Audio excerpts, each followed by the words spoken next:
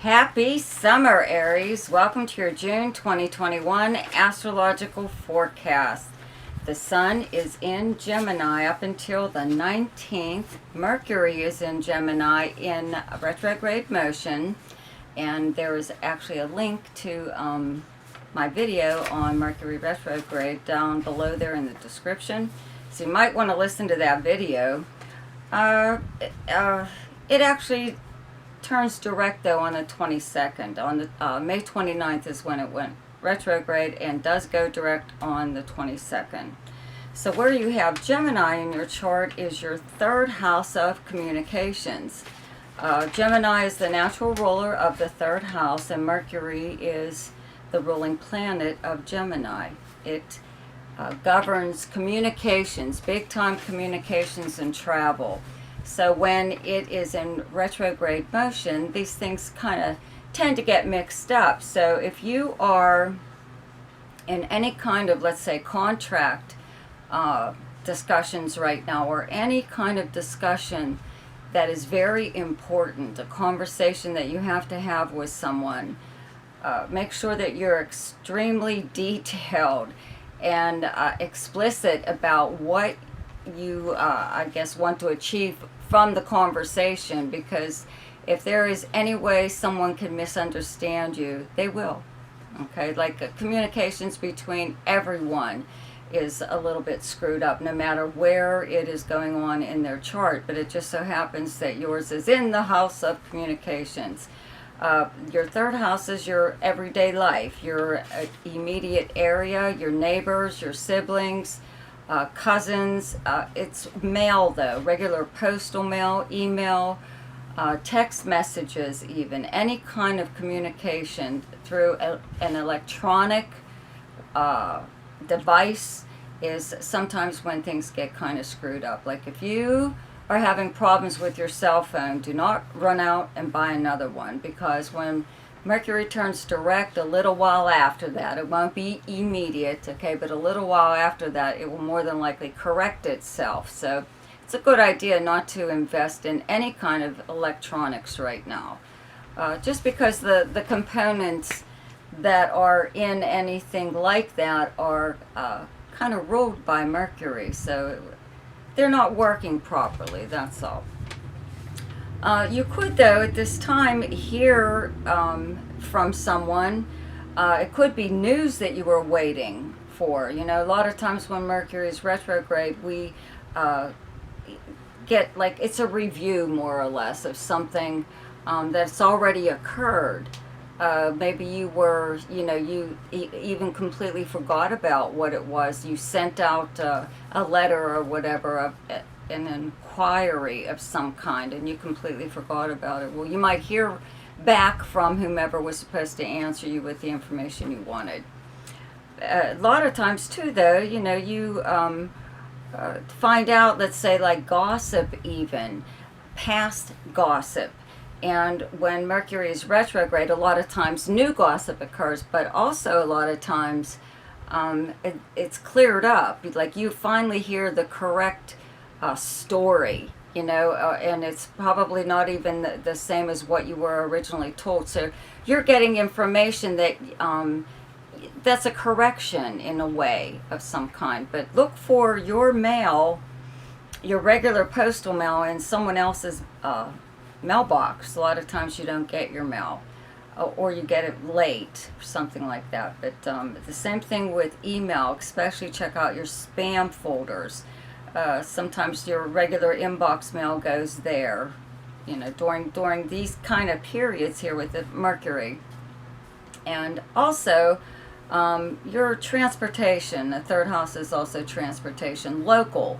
So you may find yourself sitting in a lot of traffic, hitting a lot of detours, you know, just not really anything going smoothly, or you're given bad directions, or even your GPS takes you to a place where you didn't want to go. Okay, so it's just something to keep in mind. The sun is only here, though, up until the 19th. And like I said, Mercury turns direct on the 22nd. But there is a new moon solar eclipse on the 10th in Gemini in your third house. So this would probably be the time where if you were, again, like I said, having some kind of conversation or a sit down discussion with someone over something that's very important, this would be the time to really lay it all out. Okay, in fact, maybe you might want to make notes of what it is that you would like to cover, because you more than likely will forget. Also, your communications, even with your siblings or cousins, could be kind of important at this time. They may tell you something about the family or something that's going on with your relatives or something. You could also learn about something that is happening in your neighborhood or with your neighbors that you were unaware of, and it could somewhere down the line affect your property, okay, or your neighborhood, something like that. Mars actually moves into Leo on the 11th. The first few days, though, it is still in Cancer, where you have Cancer in your chart as your fourth house of your home. And Venus actually moves into Cancer on the 2nd.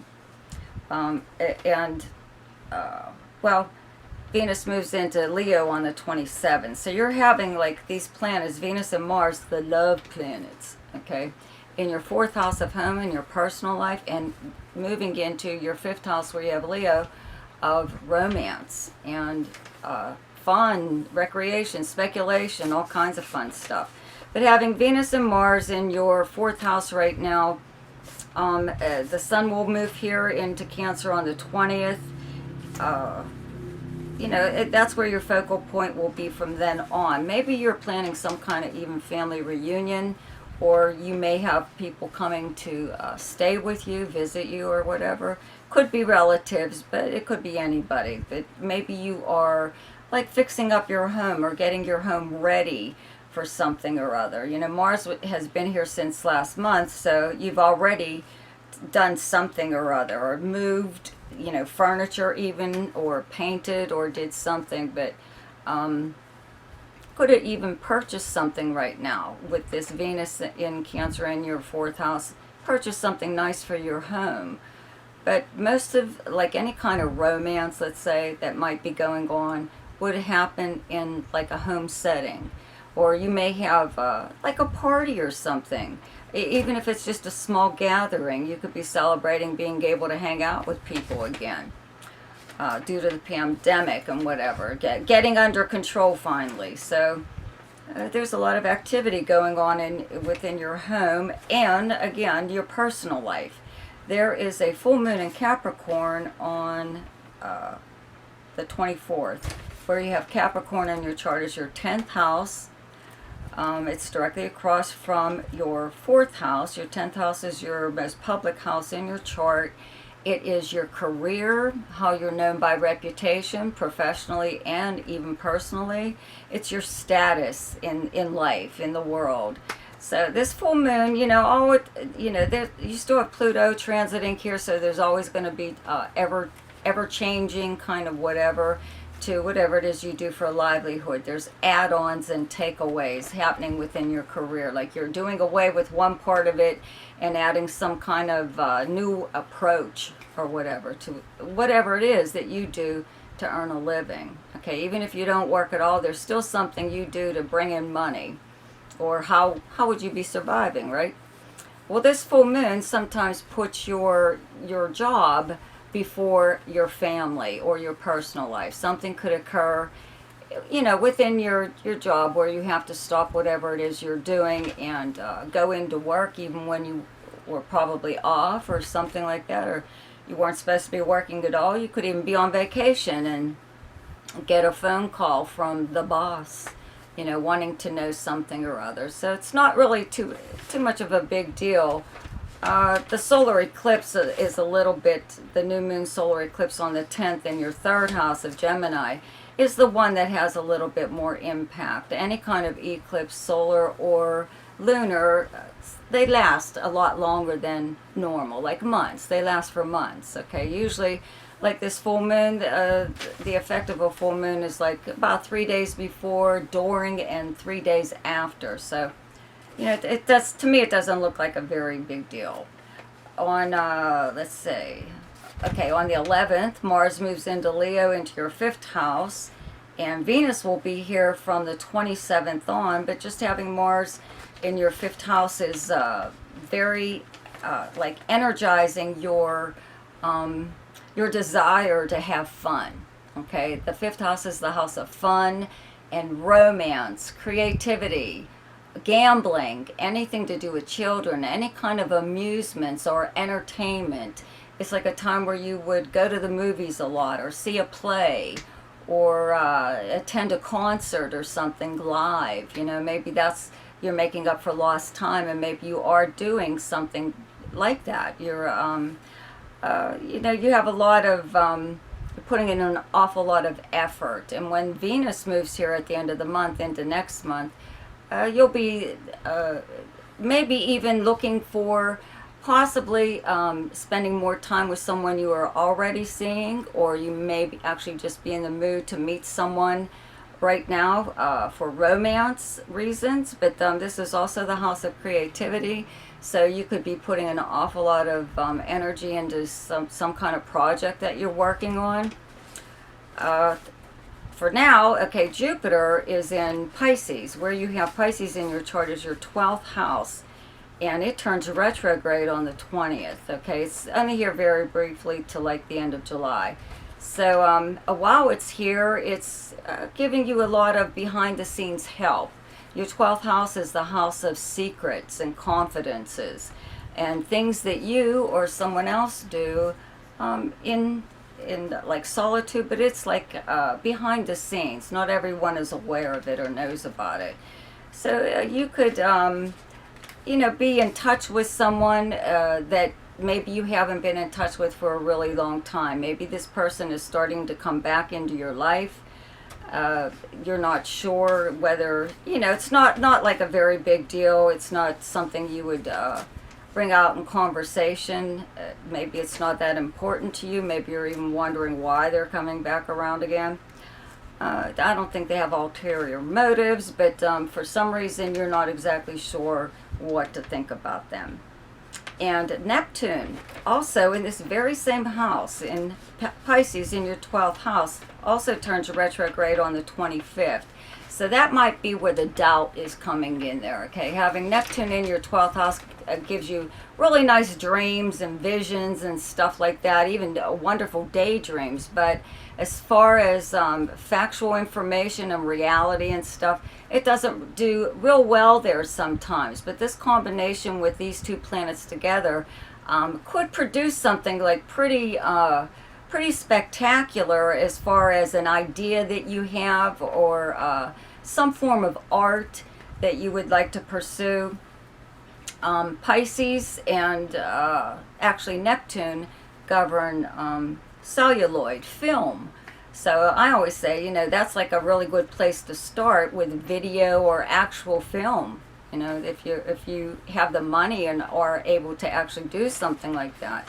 So you could be dreaming up something right now that eventually, because Jupiter will be moving into your first house next year, earlier than usual. I think it's like April. So there's something that you could be working on all along that, you know, you might get a little bit of input right now, or even help from someone. But it's a secret. Okay? The best time to do something each month is when the moon is in your sign, and the moon is in Aries on the 3rd, 4th, and 5th. The best time to lay low is when the moon is in your opposite sign, and your opposite sign is Libra. And those dates are the 18th, 19th, and 20th. The best time for romance, recreation, creativity, fun, gambling, or speculation, and anything to do with children is the 13th, 14th, 15th, 26th, 27th, and 28th. The best time for money is the 6th, 7th, 8th, 20th, 21st, and 22nd. The best time for your career is the 24th, 25th, and 26th. And the best time for communication and travel is the 8th, 9th, 10th, 22nd, 23rd, and 24th. So I'd like to remind you to subscribe to my channel. Click on the little bell there for notifications as to when I upload anything. Check out my Ask Me a Question section in the description below There's a link also to my website if you would like to have your personal chart done, and check out my weekly forecast. I will see you next week. Goodbye.